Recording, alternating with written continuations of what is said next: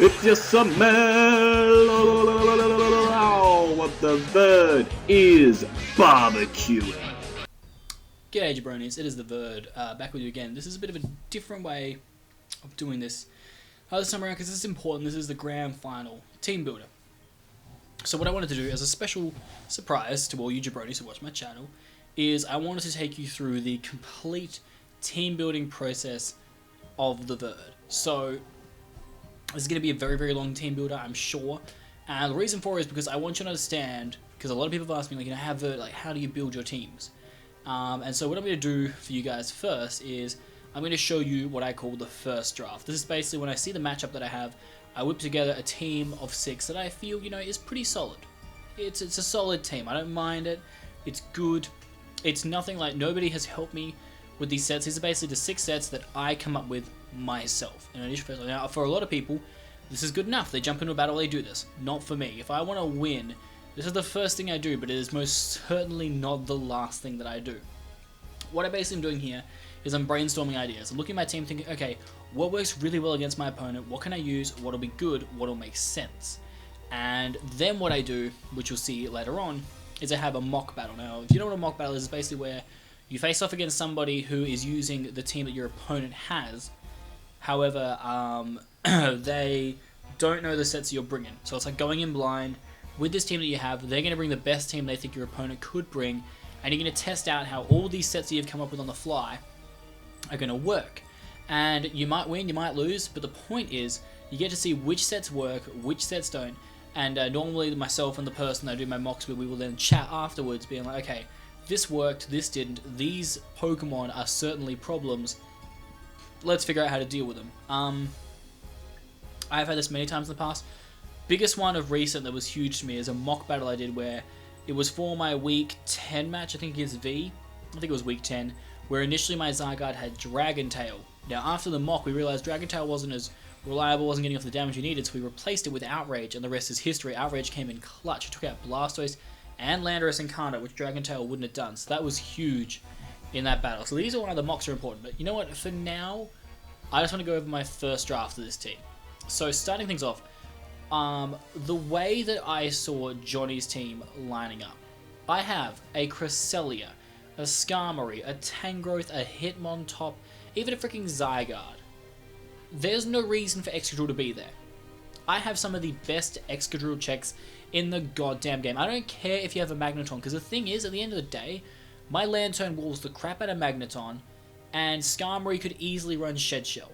So that means that he's not really stopping me there with Excadrill plus Magneton. It's not really happening. So the fact that I have those on deck means that it's just, it seems very illogical for him to bring Drill unless he feels like he has enough ways to get rid of the threats. And the thing is though, I like my team because it puts him in a bit of a pressure point, because I don't think he's going to bring Drill. I just think that my team walls Drill so well that it would be a bad decision on Johnny's part to bring it, and because of that, as you can see from my first Pokemon, I want to try and capitalize on that. So Nidoqueen matches up really well against a lot of his team, being able to lead off, get up those spikes, all those toxic. The toxic spikes are huge because, like I said, no spinner, and plus they hit Porygon 2 and Slowbro, 2 bulky SOBs that, yes, my Tangrowth can deal with both of them, but it's still something that I would rather just be able to whittle over time. So getting up 2 layers of T-Spikes and having no Excadrill around means they will be there to stay, and that's massive. Rocks are also really important because that will dent his Zard Y. It means Zard Y is very limited to the amount of times that it can come in, so if I can get up to 2 layers of T-Spikes and the Rocks, that is all really Nidoqueen needs to do in this battle, is get up those hazards. If Drill is around, it can also try and weaken Drill. For instance, since I'm sashed, I can take a hit from Drill and then just reply straight away with the Earth Power, which if he's not especially defensive Drill, I'll just knock him out straight away. If he leaves T-Tar, I still go for my T-Spikes 110% because I should outspeed any T-Tar but Scarf variant, be able to at least get up 1 layer of T-Spikes and then come back and get a second, or even just that 1 layer of T-Spikes, because it'll be clutch. It's just really good residual damage. I want the Spikes over the Rocks most of the time because a lot of his team really suffer against it and he doesn't have a good way of clearing it. I have my own way of clearing hazards, but the reason also why I've got the certain stats. So that speed is to ensure that I outspeed Magneton, so if he has a Choice Spec set or an Eviolite set, I can outspeed it, prevent a potential Magnet Rise, and just blow it back with the Earth Power. Pretty straightforward there. Rest gets chucked into HP. I have the potential to live a flamethrower in the sun from Charizard, so that's kind of nice. But then again, I'm not really going to be hitting Charizard for much. I'll probably just try and get up a hazard against him. But for Charizard, I actually have a really decent check, I feel. So the reason I went for Cress is because I was thinking about how Johnny's going to try and combat my team with his Zard, like thinking of the moves that he's going to need. So he knows that I have a very good chance of getting rocks up, and that although Drill can spin, it's not going to be great for his longevity. So if Johnny's smart, he's going to run Roost. Now, if I know he's running Roost, he's going to have to run a Fire Stab as well. So there's 2 moves I know he definitely has to bring. Now, here's where it gets interesting. Okay, so my best Zard switching on my team is Lantern. It's definitely 110% Lantern. Now, he could just run Solar Beam to deal with Lantern. The problem with that is Lantern can be fully specially defensive. It can take the Fire Blast plus a Solar Beam. Then it can go for like T-Wave or something, really disrupt the Charizard. So that's an issue for him. So I think potentially he could run a mixed attacking Charizard with EQ to get off more damage. There is that chance. The other thing to point out though is the fact that it also has Zygarde in the back. Now Zygarde has a lot of bulk and it can resist that Fire Blast really, really nicely. And because of that, that definitely will play a bit of mind games. So I think he's really going to struggle to have enough moves to cover everything. So I was like, you know what?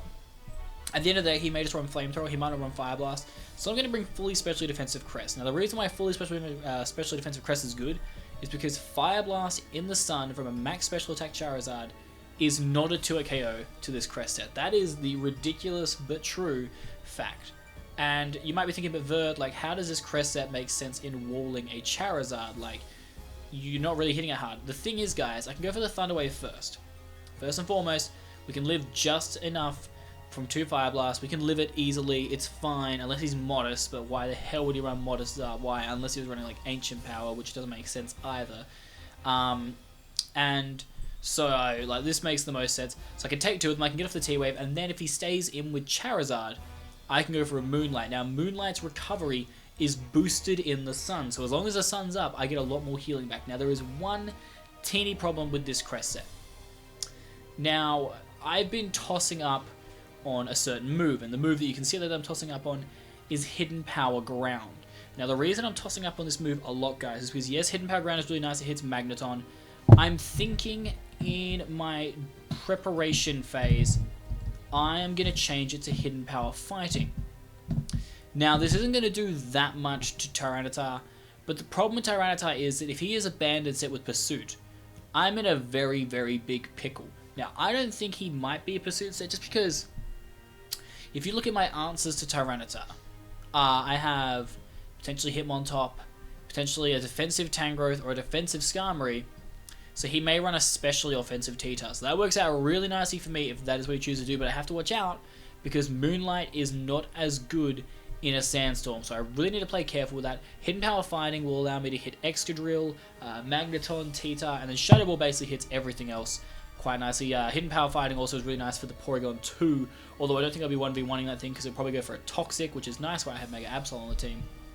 For sure, but this Crest set is really nice to wall. That Zard also walls a Zelf really nicely, which is handy. Next up we have Tangrowth. Now this Tangrowth set was a bit of a tricky one to design. I'm not too happy with this spread. I probably won't stick with this spread right now. It doesn't really help me with anything, to be fair. Like, the defense is nice. If it's a Jolly Excadrill X-Scissor, I have a chance to live it. But I just wanted to trust around with putting some defensive EVs in there to be able to take a few hits from other things, potentially. EQ is also not really that necessary. It's more just there for Magnet. Like, if Klefki has Magnet Rise, okay, he's not going to go for it against Tangrowth, so I can go for the Focus Blast, gauge what kind of set he is, and then fire off the EQ after that. Because if he takes the Focus Blast really nicely, he won't be able to take the EQ. I can knock him out. Easy peasy, that's fine. Knockoff is pretty obvious. I can just knock off a lot of things in his team. Zard can't really come in against this Tangrowth if I go for knockoff, because after rocks it just means that, you know, he has to be forced to go for Roost, and I can just fire off an EQ there, and that can be bad for him. So I know we can play some mind games, I think, with Johnny in that situation. But yeah, like, it's a pretty good move. So this is probably my best way of dealing with things like Slowbro and P2. Obviously, after they get Toxic. Being able to knock off Porygon 2 is huge, so definitely need to be able to do that with Tangrowth if I can. Next up, now obviously he has a Klefki, he has a Drydagon, he has ways of setting up rocks, so I needed my spinner to be here, and Hitmontop fits the bill. Yes, it is my second Assault Vest user, but this is Assault Vest for a reason. I can take a Fire Blast from Charizard in the sun with this set and kill it with Rock Slide, which is really nice. I can just Rapid Spin quite safely against the majority of his team. Not 100% confident on Close Combat. I like Close Combat as a stab though, because I don't really have a way of hitting Slowbro with Hitmontop. That's just fine, because I have Tangrowth, I have Cresselia, I have ways to kind of come in against Slowbro, so it's not too bad, but I would have liked to have had a way maybe with Hitmontop, but it just doesn't get that way. It's like the issue with Kofrigus, it just doesn't have a really good way to hit Psychic or Ghost types. I mean, I do have Sucker Punch, but it's not going to do much to Slowbro, let's be honest. So I decided just to go with this standard kind of set. A little bit of speed, just in case he runs like Min Speed, Magneton, just want to be able to outspeed that thing. If he runs like max HP in it, can whack him for some good damage. Could have ran EQ, but I think Close Combat's a pretty solid move in general. Mark Punch is really nice because I can get a lot of damage off against Drill. I could have run a bit more bulk in this thing, but you don't really need the bulk in this thing, so just looking to capitalize in regards. Anyway, this next set's pretty heat. So this Skarmory set is designed to basically bait in the Charizard Y and the Magneton and bop them both. So I have enough speed that after I do an agility, I will be able to outspeed a timid Scarfed Magneton. So I can go for the agility as he comes in and is like, yes, I've got you trapped now. You can't get away. Even if I was Shed Shell, I'd still bring Magneton because it makes sense.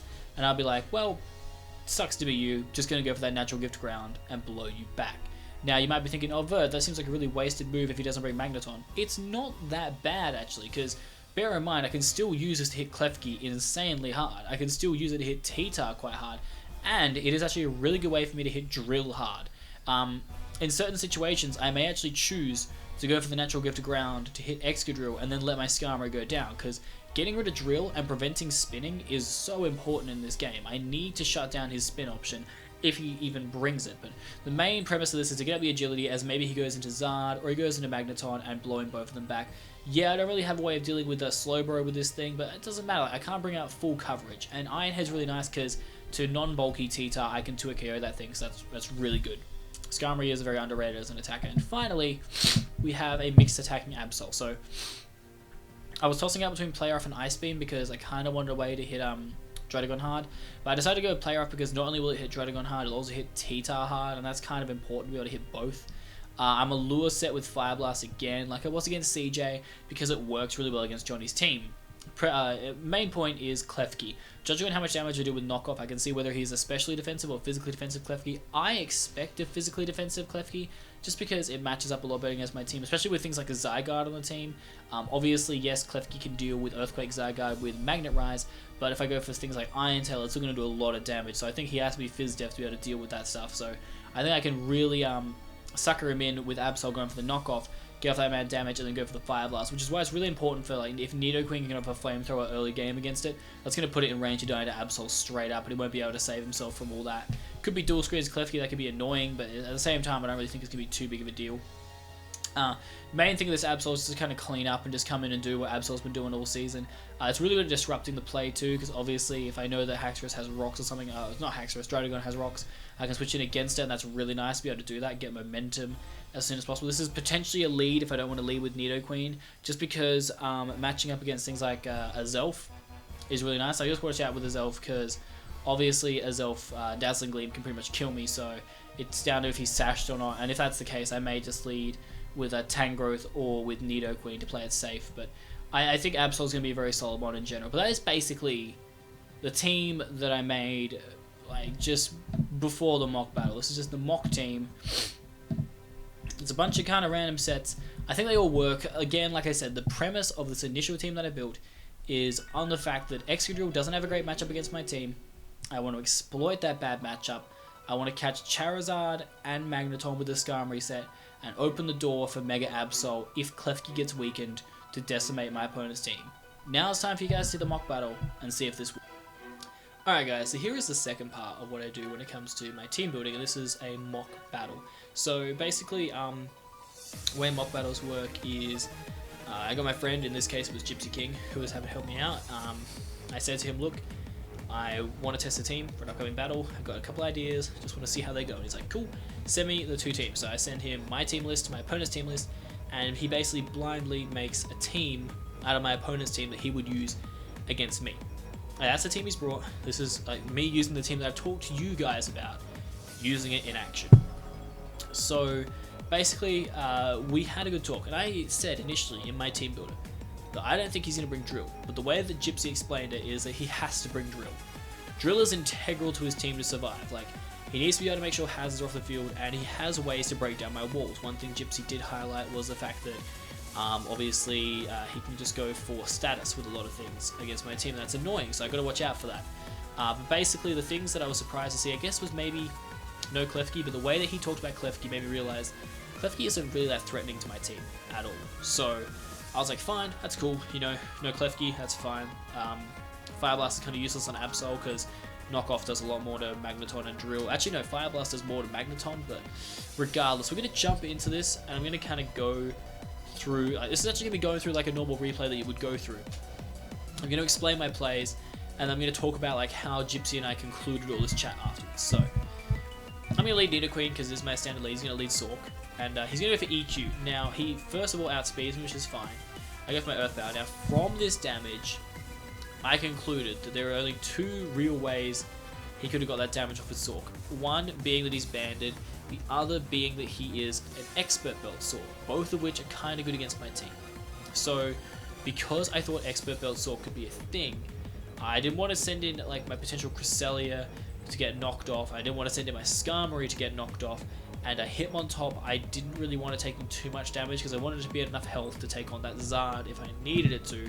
So I decided to go out to my Tangrowth here, as it goes for EQ again. And the fact that he went for EQ again, looking at the damage, it's looking like it could potentially, I thought at the time, be Scarfed. I thought, you know what, that looks actually like maybe it's potentially Scarf damage and you go to High Roll on Nidoqueen. It's actually a banded Sork, guys, and so I made a bit of a bad read there, but he's going to go to Magneton, I'm going to be able to get off that knockoff, and that's huge. Now, at this point, I was looking at his team thinking, you know what, I'm going to go for knockoff again. Now, the reason I want to go for knockoff again is because, yeah, Zard could come in. Knockoff at this point of the match, was my best way of hitting Zard. Now, the reason I went for the double knockoff was like, well, he could predict potentially an EQ or something and maybe try and double back to other things, so I don't know. I just decided to go for another knockoff, just, you know, because it is my most damaging move that I could throw out. He goes into Zard and does like Diddly Squat. And I'm like, okay, shit, we're going to go into Crest though, because as I said, Crest can take on Fire Blast from Zard, and you're going to see, oh yeah, it does. That is delicious damage. And I wanted to go for the T-Wave here, but he actually runs Protect. That's a really nice tech for him, I think, because it lets him kind of suss out what I'm going to do. I decided to double here.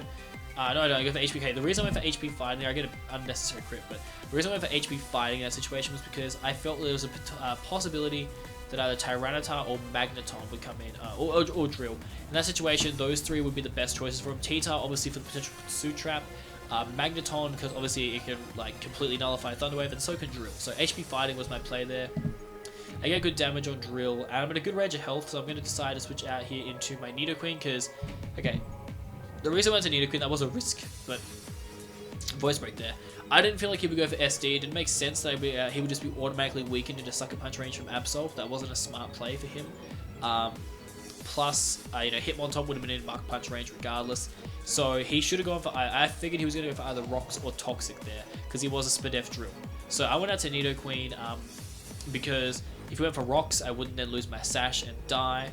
And if he went for Toxic, I would be able to be immune to it. And I figured, okay, judging on the fact that he is a lefty's Drill, looking a bit bulky, I think there's a chance for Nidoqueen to outspeed this thing, because I am timid with a lot of speed.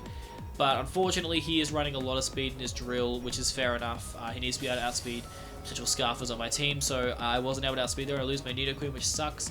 I predict Slowbro to come in here, and I double out to my Absol to get off that free Mega Evolution. And this is a fully defensive Slowbro. We do a ton with knockoff. Mega Absol's a monster.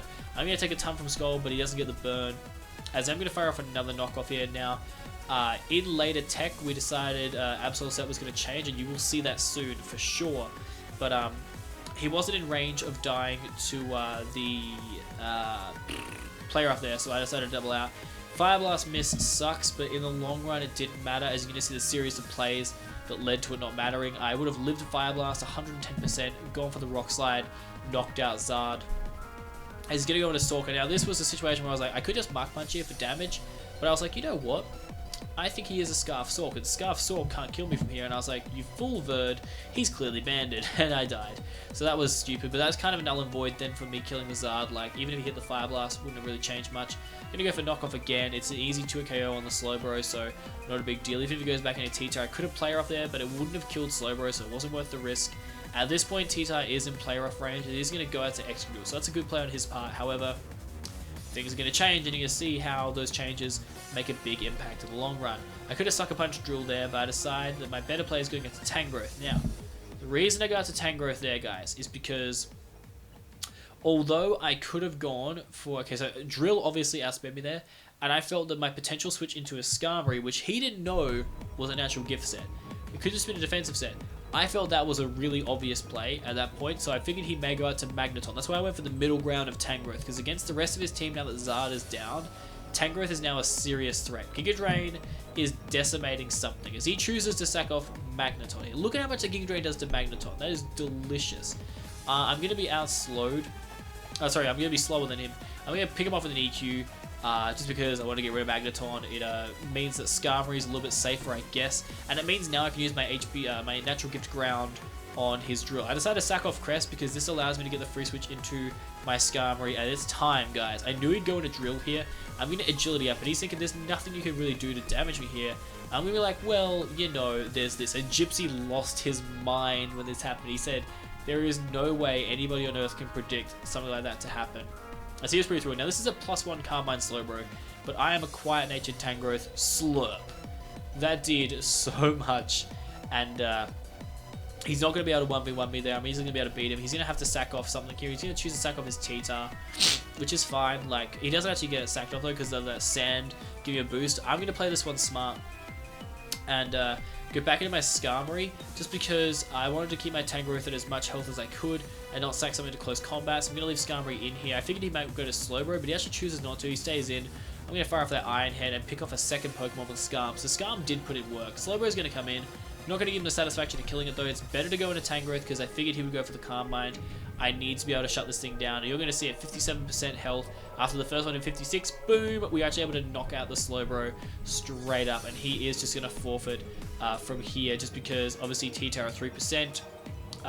Is not going to be able to kill Tangrowth with anything because the ban was knocked off. So then also I have Absol, which can just outspeed and follow up with a knockoff. So we actually won that mock battle, which is awesome. Actually, a lot of the mock battles I've had against Gypsy, he's been able to beat me and show me the chinks in my armor, but this time my team was solid enough to actually get the result. The Fire Blast miss on Hitmontop didn't really matter as Hitmontop died the very next turn. It wouldn't have really changed the way that I played. I think I would have just gone for Mach Punch on Sork regardless, which would have meant it would have died to Sandstorm earlier, so in the long run, it would have even been better for me that Fire Blast hit me. So each to their own, but what this battle did show me was there were a few things that worked for my team, there were a few things that didn't, and Gypsy and I then sat down and discussed them, and what we're going to do now is I'm going to show you the end product and the final team that I came up with, and the team that I will be taking on Johnny with to try and get this champion. Okay guys, so this is it. So as you can see, none of the Pokemon have changed, which is actually one of the firsts that's ever happened during a mock battle. Gypsy said the 6 that I chose were the exact 6 that should be chosen, because they all do their roles, but what needed to be changed was a few of the sets and what they needed to do. So, Unicorn stayed the same. I flirted around with an idea of running Sucker Punch, because Flamethrower plus Sucker Punch, where I put the 44 into attack instead of HP, will allow me to knock out an Azelf lead. But that is 1 out of 11 Pokemon. It is not, pardon me, a smart assumption. So Stealth Rock plus T-Spikes will stay. It's a good set. It hits everything it needs to hit. So it stays the way it is. Now, Cresselia. We had an extensive talk about Cress, and basically the one thing that was changed was putting on Reflect. Now you might be like, Verd, you beautiful bastard, why are you running Reflect on Cresselia? Main reason is because, like I said, my plan is to go for T-Wave against that Charizard. Now if he goes straight into T-Tar, I can go straight for Reflect and be able to easily eat up that Pursuit, to the point where I could even just Moonlight stall him, or then get the safe switch out by taking the Pursuit and be like in a really strong spot overall regardless. So remember that when Cress is going to be going to Reflect up, it's going to be sitting at about 60% health after taking, actually about 55% health after taking a Zard Fire Blast and then firing off a T-Wave. It's going to be chilling around there, so it's going to be at a good range of health, be able to take that Pursuit, which is, even if banded, not going to do an overly huge amount because of the fact that Cress's base defense is monstrous, so it worked out really good. We realized that the reasons for Cress having Shadow Ball weren't validated. Like, it was to hit a Zelf and Slowbro, both of which I have better answers to. Like, I can Thunder Wave a Zelf, which then puts it in range of Absol, which we'll see later on. Absol's other move that it now has.